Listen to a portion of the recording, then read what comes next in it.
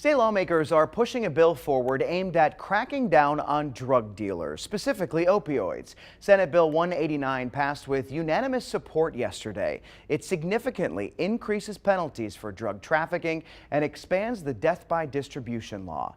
WFMY News 2's Itanisa McMiller got reaction from both sides. A former prosecutor and a mother who lost a daughter to overdose knows the effects that these drugs can have. They're hoping for a solution, but they question whether the criminal justice system is the route to take. Louise Vincent lost her daughter to an overdose nearly 5 years ago to the day. She was just 20 years old. It led Vincent to take an active approach to fight for people struggling with substance abuse. She's now the executive director for the North Carolina Survivors Union. They focus on harm reduction and provide resources for people impacted by drug use. She believes evidence-based treatment is a better solution than Senate Bill 189 proposes. Someone might think after my experiences that I would be for something like this. It's so much easier to be angry and punish than it is to be resourceful and work hard to develop something new that actually works. Now, currently, a person who sells or is caught with a small amount of an opioid faces a $50,000 fine. The bill would boost that fine to $500,000, and it continues to increase up to $1 million based on the amount of drugs.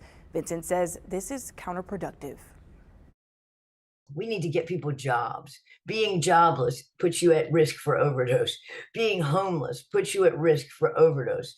Being disconnected from your family and society, those are the real causes of overdose. And I spoke with the former prosecutor and professor of law who says other states have proposed similar legislation, but they haven't deterred dealers. Rockingham County Sheriff Sam Page supports the bill along with the North Carolina Sheriff's Association. Page says the epidemic is affecting local families, and this bill would help law enforcement. It gives us a way to hold those persons accountable. This law, the way it appears it's written, it would be beneficial to our prosecution and also our investigations. Now, the thing about it is, we have to also work with people in our communities that have addiction. The bill also expands the death by distribution law and expands immunity if someone calls 911 during an overdose. It passed the Senate with a unanimous vote, and it will now head to the House.